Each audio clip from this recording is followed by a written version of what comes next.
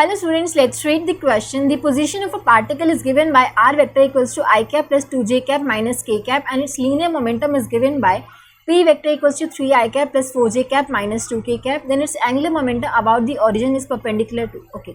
So question में हमें क्या दे रखा है कि पोजीशन वेक्टर हमें दे रखा है I cap plus 2j cap minus k cap और लीनियर मोमेंटम क्या दे रखे है 3I cap plus 4j cap minus 2k cap. ठीक है, एंगुलर मोमेंटम कैसे निकालेंगे, आर क्रॉस पी से क्रॉस प्रोडक्ट निकालना है हमें आर और पी का, तो ये हो जाएगा आई कैप जी कैप के कैप. आर वेक्टर के क्या दे रखे हैं 1 2 -1 और लीनियर मोमेंटम के 3 4 -2.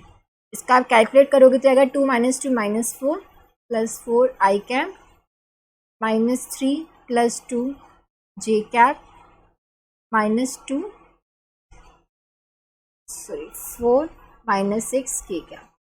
तो ये आ जाएगा 0 आई कैप माइनस जे कैप माइनस 2 के कैप. ये आ गया एंगुलर मोमेंटम वेक्टर. ठीक है, अब हमें देखना है कि किसके परपेंडिकुलर है. हमारा एंगुलर मोमेंटम वेक्टर क्या आ रहा है 0 आई कैप माइनस जे कैप माइनस 2 के कैप.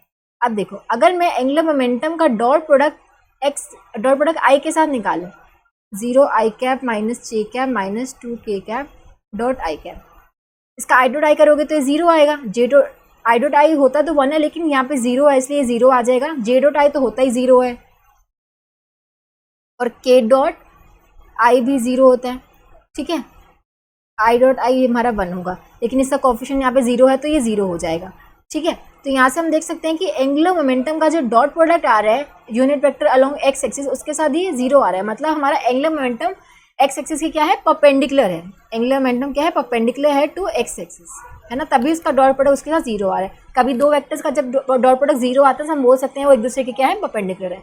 अगर आप वाई एक्सिस और जेड एक्सिस के अलोंग निकालोगे तो ये 0 नहीं आएगा. ठीक है, हम बोल सकते हैं option 1 will be the correct answer. I hope आप सबको समझ आया होगा. Thank you so much.